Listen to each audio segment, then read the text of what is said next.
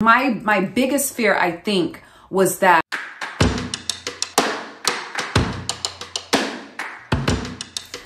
hello everyone, welcome back to my channel. It is Shay here. If you are new here, I do videos on locks, fashion, home decor. It's a lifestyle channel over here, so if that's your thing, go ahead and hit that subscribe button. Today's video, we are talking about how I chose my lock size. I think my lock count video might be my most viewed video. So I'm thinking like people really are, when you're starting locks, I think you want to know like what size locks do I want. So if you're new here, I have had, this is my third set of locks. I had 2 sets of locks that were smaller than this. And so my third set, I was like, you know what? I want thicker locks. So how do I go about getting them? So I kind of broke it down into 3 or 4 things. So hopefully this video will help you to figure out the best lock size for you. So let me start with my past experiences. As I said before, I had 2 sets of locks and they were thinner than this. They were probably over 100. I never counted them.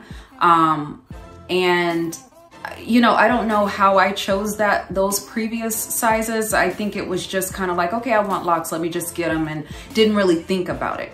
But this third time around, I'm like, I know what I want. I want thicker locks, because with those locks before, as I said, like in a previous video, those locks before, I never really like wore them down a lot.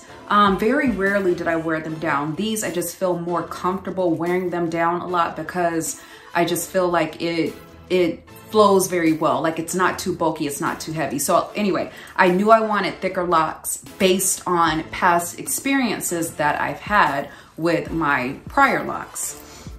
So being that I wanted thicker locks, I started to look at pictures of women who had thicker locks. And you can see in my lock inspiration videos, I'll leave the link down below, but you can see in my lock inspiration videos the women or the look that I was going after, right? So I wanted thicker locks. So I'm looking at their locks and I'm counting. Some of them I would kind of count and be like, okay, wait, how many locks does she have on her head, and da-da-da-da.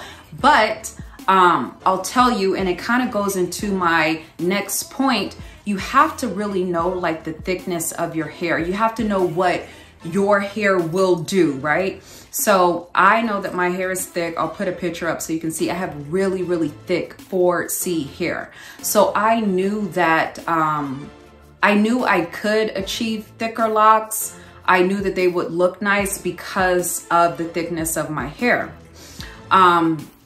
So then with that said, I kind of wanted to do like a little trial and error. So before I locked this third time, I would wear my hair in just like twist, right? Like 2-strand twist. I would always wear my hair in 2-strand twist. And so I said, okay, you know what? Let me just 2-strand twist my hair. Let me just see, because I would 2-strand twist with like thin twists, and then sometimes I would do thicker ones if I was too lazy to do thin ones, right? But I said, okay, I have these, you know, like thicker twists in my hair. What if I just let them lock? And so knowing my hair, I knew that if I let them lock, they weren't going to be too much thicker or thinner, because, you know, I know what my hair will do when it locks up. So that's, I hope that makes sense, but that's kind of how I chose my lock size. Like I knew my hair, I knew what I wanted. And then also too, because I had locks previously, the first time I cut them out, the second time I combed them out. So I was like, you know what? This is kind of like a trial and error. I'll let them lock up with these twists. And if it doesn't work, I'll just comb it out. No big deal.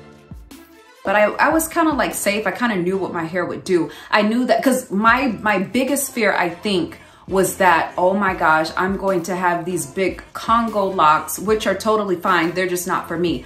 My fear was I'm going to have these big Congo locks and I'm not going to like them. But then I started thinking, well, no, you know, based on the way locks are, you know, the hair kind of meshes together and becomes dense. So I knew that if I just let my 2-strand twist turn into locks, it would probably be like the same, right? Like the size would be the same. Hope that makes sense. If you have any questions, let me know. By the way, if you have not watched my lock count video, I will leave it below. And you can look at that video and see how many I have. I'm not gonna tell you here. Go look at that one and see how many I have. But anyway, thank you so much for watching, and I will see you in the next video.